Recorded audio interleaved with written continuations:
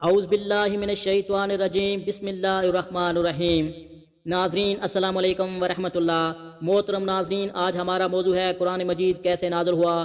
جب وحی آتی تو حضور پاک صلی اللہ علیہ وآلہ وسلم کی کیا کیفیت ہوتی؟ کیا صحابہ اکرام جبریل امین کی آواز سنتے تھے؟ وحی نازل ہونے کے بعد حضور پاک صلی اللہ علیہ وآلہ وسلم قرآن کو کہاں لکھ دیتے؟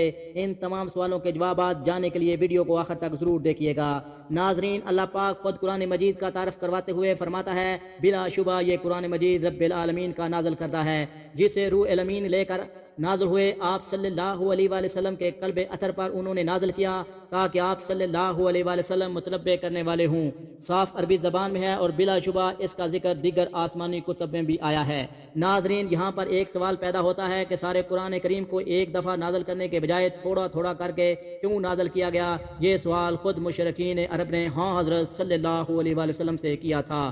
حق باری تعالیٰ نے اس سوال کا جواب خود ان الفاظ میں دیا۔ ایت مبارکہ ترجمہ ہے، یہ کافر لوگ کہتے ہیں کہ ان پر سارا قرآن ایک دفعہ کیوں نازل نہیں کر دیا گیا؟ اے پیغمبر، ہم نے ایسا اس لیے کیا تاکہ اس کے ذریعے تمہارا دل مضبوط رکھیں، اور ہم نے اسے ٹھہر ٹھہر کر پڑھوایا۔ جب کبھی یہ لوگ تمہارے پاس کوئی نوکی بات لے کر آتے ہیں، ہم تمہیں اس کا ٹھیک ٹھیک جواب اور زیادہ وضاحت کے ساتھ عطا کر دیتے ہیں۔ حضور پاک صلی اللہ علیہ وآلہ وسلم پر قرآن کس طرح نازل ہوتا تھا اور وحی کس طرح آتی تھی؟ حضرت حارث بن شام نے حضرت صلی اللہ علیہ وآلہ وسلم سے پوچھا، آپ پر وحی کس طرح آتی تھی؟ تو آپ صلی اللہ علیہ وآلہ وسلم نے فرمایا، کبھی مجھے گھنٹی سی کی آواز دیتی، اور وحی کا جب یہ سلسلہ ختم ہو جاتا تو جو کچھ اس آواز نے کہا ہوتا وہ مجھے یاد ہو چکا ہوتا، اور کبھی فرشتہ میرے سامنے ایک مرد کی صورت میں آ جاتا، پھر مجھ سے بات کرتا تو جو کچھ وہ کہتا اس کو میں یاد کر لیتا۔ حضرت عائشہ صدیقہ رضی اللہ عنہا فرماتی ہیں، میں نے سخت سردی کے دن میں آپ پر وحی نازل ہوتے دیکھی۔ ایسی سردی میں جب وحی کا سلسلہ ختم ہو جاتا تو آپ صلی اللہ علیہ وآلہ وسلم کی پیشانی مبارک سے پسینہ شرابور ہو چکا ہوتا۔ ایک اور روایت میں ہے کہ حضرت عائشہ صدیقہ رضی اللہ عنہا فرماتی ہیں، جب آپ صلی اللہ علیہ وآلہ وسلم پر وحی نازل ہوتی تو آپ کا سانس رکنے لگتا، چہرہ انور متغیر ہو کر کھجور کے شاخ کی طرح زرد پڑ جاتا، اور سردی سے کم کپانے لگتے، اور آپ کو اتنا پسینہ آتا کہ اس کے قطرے موتیوں کی طرح نیچے گرنے لگتے۔ وحی کی اس کیفیت میں بعض اوقات شدت پیدا ہو جاتی، کبھی وحی اس حالت میں آتی، آپ صلی اللہ علیہ وآلہ وسلم اپنی اونٹنی پر سوار ہوتے تو وحی کے بوجھ سے وہ اونٹنی بیٹھ جاتی۔ ابن جریر میں یہ بھی ہے کہ پھر جب تک وحی ختم نہ ہوتی اونٹنی قدم نہ اٹھایا جاتا۔ بعض اوقات اس وحی کی ہلکی پھلکی آواز دوسروں کو بھی محسوس ہوتی۔ حضرت عمر رضی اللہ عنہ فرماتے ہیں، جب آپ صلی اللہ علیہ وآلہ وسلم پر وحی نازل ہوتی تو آپ کے چہرے انور کے قریب شہد کی مکھیوں کی بنبناٹ جیسی آواز سنائی دیتی۔ حضرت زید بن ثابت رضی اللہ عنہ فرماتے ہیں، ایک مرتبہ رسول خدا صلی اللہ علیہ وآلہ وسلم پر جب وحی اتری، اس وقت آپ کا گھٹنا میرے گھٹنے پر تھا۔ وحی کا اتنا بوجھ پڑا کہ میں ڈرنے لگا کہیں میری ران نہ ٹوٹ جائے۔ شروع میں جب آپ صلی اللہ علیہ وآلہ وسلم پر وحی نازل ہونے سے پہلے آپ صلی اللہ علیہ وآلہ وسلم اسے جلدی پڑھنا شروع کر دیا کرتے تاکہ وہ الفاظ نہ بھول جائیں۔ حضرت جبریل علیہ السلام جو الفاظ پڑھاتے، آپ صلی اللہ علیہ وآلہ وسلم اپنی زبان مبارک کو ہلاتے جاتے اور ان کے ساتھ ساتھ پڑھتے تھے۔ دوسری طرف قرآن مجید کا یاد کرنا آپ صلی اللہ علیہ وآلہ وسلم پر آسان کر دیا گیا تھا، اس لیے یہ وعدہ فرمایا آپ صلی اللہ علیہ وآلہ وسلم کو مطمئن کر دیا گیا۔ اللہ تعالیٰ نے ارشاد فرمایا، قرآن کو جلدی یاد کرنے کے لیے اپنی زبان کو نہ لائیں، اس کو آپ صلی اللہ علیہ وآلہ وسلم کے سینے میں جمع کرنا اور آپ کی زبان سے پڑھوانا ہماری ذمہ داری ہے۔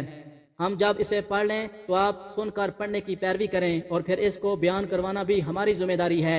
ابن عباس رضی اللہ عنہ اس آیت کے اترنے کے بعد جب حضرت جبریل علیہ السلام نے قرآن سناتے تو آپ صلی اللہ علیہ وآلہ وسلم قرآن کو یاد کر لیتے۔ جب جبریل علیہ السلام چلے جاتے تو آپ صلی اللہ علیہ وآلہ وسلم کو لوگوں کو اسی طرح پڑھ کر سنا دیتے۔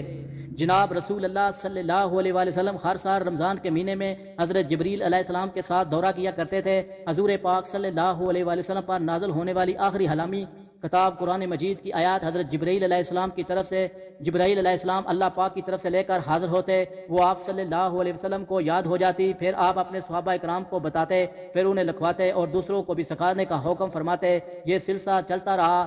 تقریباً 23 سال کے عرصے میں پورا قرآن مجید نازل ہو گیا۔ تمام آیات کی ترتیب بتا دی گئی۔ مسند احمد کی ایک روایت یہ بھی ہے کہ آپ صلی اللہ علیہ وآلہ وسلم نے ارشاد فرمایا، حضرت جبرائیل علیہ السلام نے آ کر مجھے فلاں ایت کو فلاں جگہ رکھنے کا حکم دیا۔ سرکار دو عالم صلی اللہ علیہ وسلم نے مختلف شکلوں میں یعنی پتھروں، چمڑوں، کھجور کے تنوں پر لکھا ہوا تھا۔ قرآن پاک ابھی ایک جگہ پر یکجا نہیں ہوا تھا۔ اسی دوران مسلمانوں کے لیے بہت تکلیف آ پہنچی۔ جناب نبی آخر زمان حضرت محمد مصطفیٰ صلی اللہ علیہ وآلہ وسلم دنیا سے پردہ فرما گئے۔ آپ صلی اللہ علیہ وآلہ وسلم کی رحلت کا سن کر نبوت کے جھوٹے دعوت دار مسلمہ قذاب نامی شخص نے اپنی سرگرمیاں تیز کر دیں اور سادہ لوگوں کو گمراہ کرنے لگا۔ اس موقع پر خلیفہ اول حضرت ابو بکر صدیق رضی اللہ عنہ نے بر وقت اقدام کیا اور اس جھوٹے شخص کے خلاف فیصلہ دے کر جہاد کا اعلان فرمایا۔ اس جہاد میں مسلمانوں کو فتح ہوئی، کچھ صحابہ شہید ہو گئے۔ ایک روایت کے مطابق 700 صحابہ کرام جن میں قرآن مجید کے حافظ قاری بھی تھے اس جہاد میں شہید ہو گئے۔ کتنی بڑی تعداد میں حافظ قاری صحابہ کرام کی شہادت سے حضرت عمر فاروق رضی اللہ عنہ بہت ہی پریشان ہوئے۔